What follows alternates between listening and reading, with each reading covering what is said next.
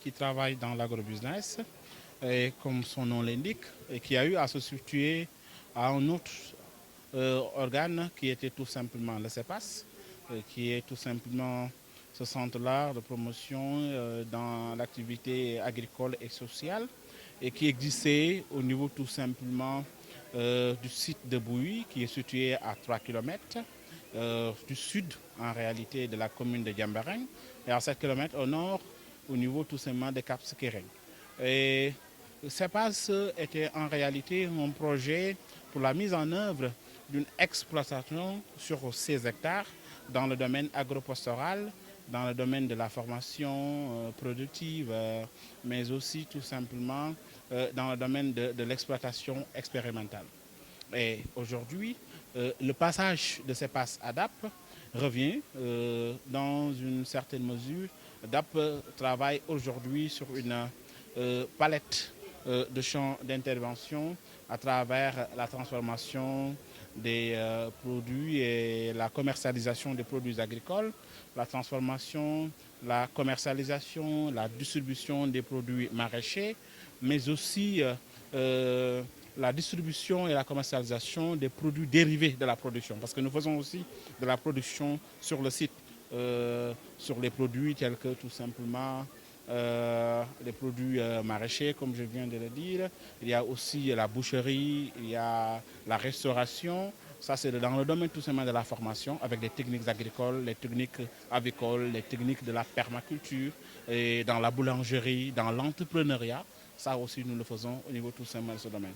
Pour dire que DAP, c'est une société qui vient participer et impacter de façon positive dans le domaine de la production, mais aussi dans le domaine de la formation, à travers tout simplement ces différents secteurs dont je viens de citer, tels que l'horticulture, tels que l'agriculture, tels que la permaculture, etc.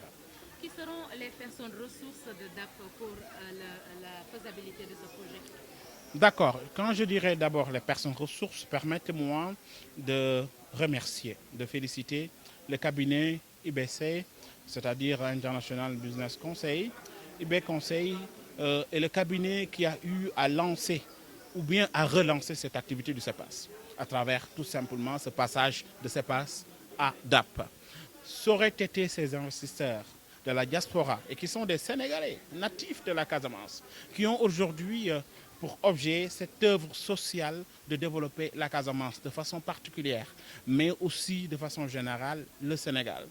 C'est eux qui n'ont pas attendu et qui ont répondu des fois à cet appel de la population de la Casamance, à l'appel du président de la République, son Excellence M. Macky Sall, le fait de venir, d'investir, le fait de venir relancer un projet qu'on pensait déjà caduc, qu'on pensait déjà peut-être en faillite pour certains termes de l'entreprise, mais eux, ils ont y cru et ils ont trouvé les financements qu'il fallait. Donc IBC, en réalité, qui est un cabinet quand même, permettez-moi tout simplement de faire cette brèche, de pouvoir les présenter, et qui travaille dans l'étude de projet, qui travaille l'accompagnement de financement et qui permet tout simplement de pousser à certains investisseurs à s'investir sur des secteurs porteurs tels que l'agricole, tels que l'avicole, tels que l'agriculture, tels que la permaculture, la boucherie, l'élevage et des formations. Et ils assurent aussi dans le champ d'intervention la transformation et la transaction immobilière. Ils sont dans ce domaine de la gestion de créances. En fait, c'est un groupe d'investisseurs qui ont une connaissance réelle, qui ont des capacités réelles dans le domaine juridique, dans le domaine financier, dans le domaine de l'agriculture, mais surtout dans le management des entreprises. Et c'est eux qui ont dit oui, c'est eux qui n'ont pas attendu, c'est eux qui ont pris la responsabilité de relancer cette activité-là. Et aujourd'hui, d'où certainement DAP qui nous a fait aujourd'hui nous réunir pour ce lancement-là. Et voilà, ces ressources sont d'abord son personnel à qui DAP compte pour relancer cette activité, sur le savoir-faire, sur le savoir-être, sur le respect en réalité de l'environnement, c'est-à-dire qui les entoure.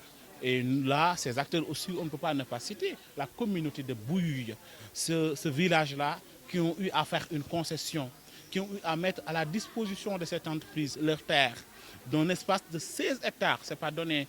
Aujourd'hui, nous savons que les terres au Sénégal, cela représente un joyau. Eux, ils ont tout simplement compris qu'il faut devoir céder cet espace-là, tout simplement cultivable, où on peut en réalité réaliser des projets déjà pour leur bénéfice, parce que nous comptons respecter le RSE dans ce projet-là, mais aussi pour bénéficier toute la Basse-Casamance de façon particulière, mais le Sénégal de façon générale et même la sous-région. Et on compte aussi tout simplement faire tout simplement des exportations à l'extérieur. Alors aujourd'hui, vous avez fini la phase 1, notamment la formation et le lancement. Quelle sera la seconde étape? Voilà, comme vous venez de le dire, nous avons tenu 3 jours déjà de séminaire, de formation sur le développement personnel, parce que nous avons compris, sans tout simplement ces astuces-là de développement personnel, il est des fois impossible pour le personnel de pouvoir comprendre comment tout simplement tirer cette volonté d'appartenance à l'entreprise. Parce qu'on a besoin que le personnel, qu'on a besoin qu'un employé puisse appartenir à l'entreprise, puisse tout simplement être en mesure de pouvoir véhiculer la politique générale d'une entreprise. Ça, c'est la première chose. La deuxième chose, c'est que, en fait, nous avons fait des modules au niveau de la communication interne et la communication externe de l'entreprise. Quand on parle de la communication interne, on est en train tout simplement de parler un peu de par la durée du message, de par tout simplement les canaux à utiliser. C'est pour faire comprendre que le domaine d'entreprise répond à certaines normes pour pouvoir réussir l'objectif commun que les gens se sont fixés. C'est pour ce faire tout simplement en réalité de développer cette idéologie, cette appartenance dont je viens de dire sur le développement personnel, mais aussi tout simplement cette capacité de travailler en équipe, d'avoir l'esprit d'équipe, de connaître exactement les louanges d'une entreprise, parce qu'une entreprise, c'est une personnalité morale, c'est plus une personnalité physique, et il faut tout simplement pouvoir comprendre tous ces critères-là, et tant d'autres tout simplement formations qu'on a eu à faire, tant d'autres modules, tels que le recouvrement de créances, avec tout simplement Ibrahim Badji, qui est un expert dans ce domaine, et qui a eu à le faire pour permettre à nos chargés d'affaires, nos chargés commerciaux, commerciaux autant pour moi, de pouvoir s'investir dans le marché et de pouvoir faire des recouvrements quand il le faut. En tout cas, nous avons fait des modules que nous avons jugés nécessaires pour pouvoir démarrer cette activité. La prochaine étape, ça sera certainement le démarrage des activités. Parce que nous avons fait déjà les commandes par rapport au poussin, parce que là, tout simplement, et ça sera une commande d'une certaine envergure, avec tout simplement un stock en alimentation qui est déjà sur place. Et nous préparons tout simplement à démarrer aussi la culture maraîchère. Et nous sommes en train de discuter avec des producteurs locaux, parce que dans ce projet-là, nous comptons faire une certaine relance, mais de prendre l'initiative à développer la production locale. Parce que nous avons des mamans qui font des choses extraordinaires dans le domaine de la transformation des produits locaux, mais des fois, ils n'ont pas en réalité un marché pour pouvoir le disposer. Ils n'ont pas de gens qui s'y intéressent. Et dans ce sens, ils font de la production, mais ils ont un problème dans l'écoulement. Et DAP est là aujourd'hui pour substituer à ce souci-là et pouvoir les aider dans ce sens. Et voilà, nous sommes en pleine action pour pouvoir relancer déjà notre activité avant tout simplement de passer à l'inauguration officielle de l'entreprise. Enfin, si vous deviez résumer la vision de Djembéré Agrobusiness, quel résumé vous ferez? Voilà, si j'ai à résumer la vision de Djembéré Agrobusiness DAP, déjà je vais dire que ce n'est pas une société qui est seulement intéressée par la recherche de profit. Ce n'est pas seulement à but lucratif. Certainement, toute entreprise qui n'est pas peut-être à but lucratif, qu'à but social, peut des fois subir des problèmes d'ordre financier pour pouvoir continuer son activité.